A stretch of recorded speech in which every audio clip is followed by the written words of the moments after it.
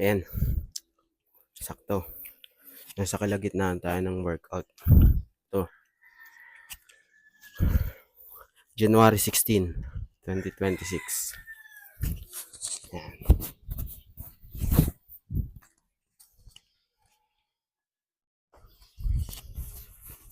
Ayan na. Taba pa din.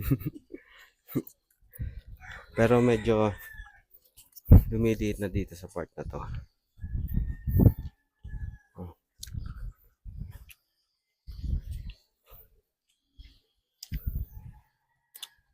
Ayan.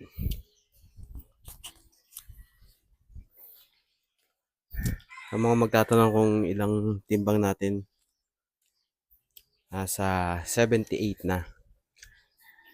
Hindi natin masigurado kasi day by day nag-fluctuate yung timbang.